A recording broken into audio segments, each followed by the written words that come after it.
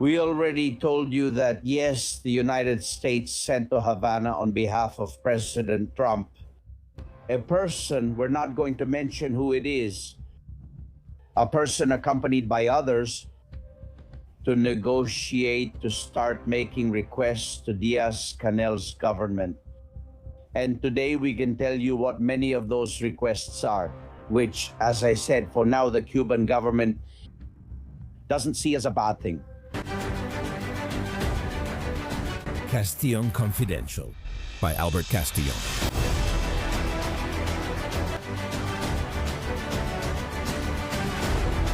Welcome, insiders. Thank you for being there, for staying attentive to current events, and for not believing the official version of things. Here we tell you more than just what's happening, and today with a special focus on Cuba. Because yes, the end of the Cuban dictatorship is near after almost 70 years of oppressing the people. At last, we can say that Cuba will be free very soon. The island of Cuba, where people are going hungry, where men, women, and children die every day due to a lack of medicine. And it's not because of the blockade and restrictions from the United States. It's because of the immense wealth that its rulers have gained through corruption. This island has a bright future, and its Castroist leaders have their days numbered. This program has had access to part of the information that is coming out of the negotiations between the two sides. We already told you that, yes, the United States sent someone to Havana on behalf of President Trump. A person, we're not going to mention who it is, a person accompanied by others, to negotiate, to start making proposals, requests to the Díaz-Canel government.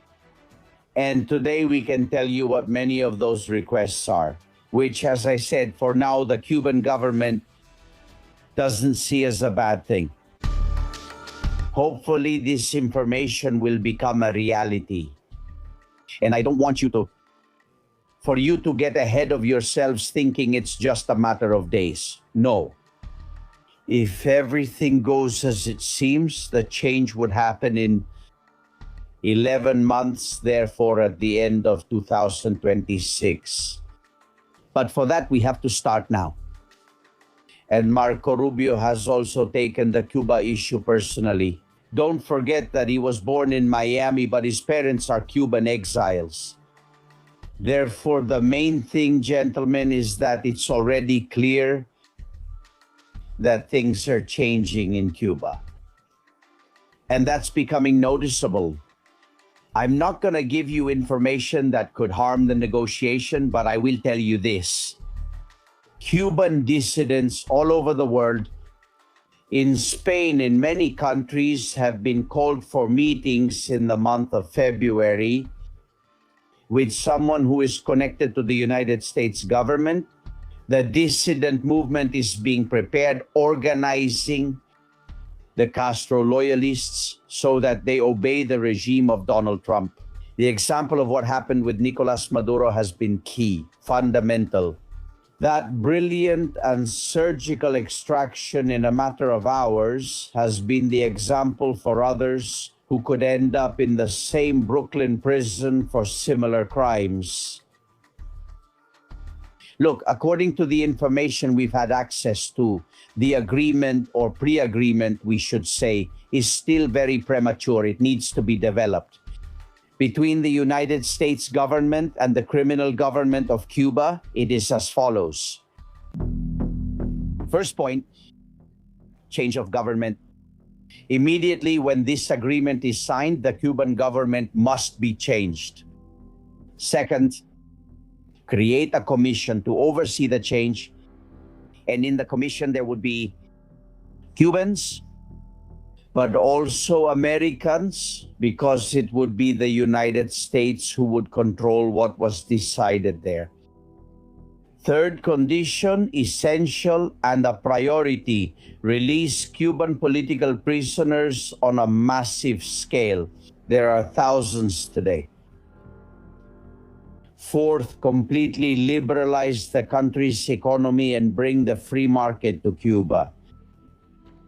Fifth, change the laws to be able to completely eliminate the control of the Cuban Communist Party over everything, over the state, over society, over the economy on the island. There are mediators here. It has been requested that a representative from Mexico be the mediator in the negotiation, representing and supporting Cuba. And to represent the United States, there would be a mediator from Argentina, from Milis, Argentina. Something curious, and we're seeing it in Venezuela, is this. The Díaz-Canel regime is allowed to appear tough. That is, like Delcy Rodriguez, keep shouting that the country is ours, or Diosdado saying not a single drop of oil. This is agreed upon. With Cuba too, he is allowed to appear tough, while in exchange, he submits to whatever the United States says and keeps the negotiation going. It's like saying if someone gets up from the table, breaks the agreement, or isn't willing, this situation of apparent calm that we're telling you about is over. One more. Many of you won't like this one, but it's in writing. Cuba's leaders would be allowed to leave the country without criminal liability and keeping part of their fortune. In fact, according to our information, before those 11 months are up, which is when this would end. Therefore, in the coming months, the leaders of the Castro regime would leave the island and fly to Moscow. And they would be allowed to do so by the United States. Putin plans to take them in. It's already been discussed, just like he took in Bashar al-Assad, the Syrian dictator. In the end, Russia is going to become a refuge for exiled dictators, right? The last point, and it's the same as in Venezuela, the pattern is practically identical. It's reconstruction. The United States would supervise with the largest technology companies in the world, rebuild the island, rebuild everything. Cuba needs everything, much more than in Venezuela. From building houses to bringing in factories to specialized labor, and not to mention in the world of healthcare, medicines, life expectancy is very low. Therefore, friends, there is a plan. It is being negotiated between the United States and the pro-Castro government. The plan is the one we told you about with some variation. The plan is not immediate, but it is already being negotiated, and some gesture, such as some of the Castro loyalists fleeing, could be seen soon. Zoe Valdez was here very recently and gave us a key to all of this. Zoe Valdez, the Cuban writer, the filmmaker. The members of the Cuban armed forces in exile have sent a message to those who are inside, to those who still belong to the Cuban army. This one.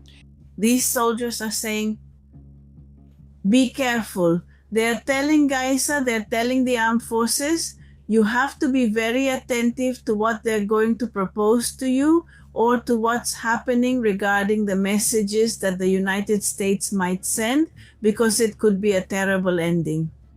This same message was sent by a soldier from the island of Cuba. Comrade Colonel, Senior Lieutenant Colonel, you who have real command over the troops, as a conscious young Cuban, I recognize that today the real power in Cuba is not found in the offices of the fossils nor in their millionaire relatives. It is in your units, in your battalions. If you coordinated in one night, you could seize key points and announce the Revolutionary Armed Forces of Cuba are taking temporary control to ensure order, protect citizens, and call for free elections. It's technically feasible. This is the plan, gentlemen. Try to get the army itself to speed things up from within. Make things easier. during these 11 months. I hope they can be shortened because 11 months feels very long to me after 67 years. But it all depends on the Cuban army's negotiation. Those who don't want to end up in prison like Maduro or be eliminated like the 32 Cubans who died defending another drug lord like Nicolas Maduro. There's the million-dollar question that we still can't answer. Who would be the Delcy Rodriguez of Cuba? There are many options. And the Washington Post points to a name, Oscar Perez Oliva. Do you see him? He is the Minister of Foreign Trade. He is an engineer. He is 54 years old. It seems that he doesn't have a tremendously bloody background, although being part of the Castro government already is.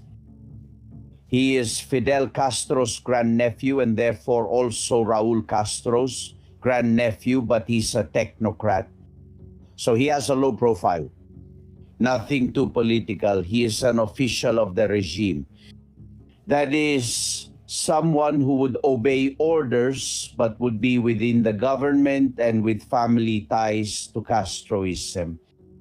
Many point out that Oscar Perez Oliva could be the Delcy Rodriguez of Cuba. Friends, I know there are thousands of Cubans watching us away from their homeland. Most of them are in Miami and in Spain. I know that many believe they would never return to their country, to a free Cuba, that they've had a really hard time, that they don't even make the news. The world has gotten used to Cuba being under the yoke of dictatorship and the narco-Castro regime. Enough is enough. The European Union has supported the Castro regime. The Spanish government supports and defends the Castro regime. They pay for it, they finance it. Putin, China, Venezuelan oil. Enough, it's over. Time's up. The dictators can leave now because the Cuban people want to enter Cuba back in their homeland again. I assure you this is happening faster than it seems, and we'll tell you about it here if they let us. For now, yes. Welcome, friends. Long live free Cuba, long live free Venezuela, and long live free Spain. We're almost there. Friends, let's begin. Welcome to this program's daily investigation. Castillon Confidential by Albert Castillon.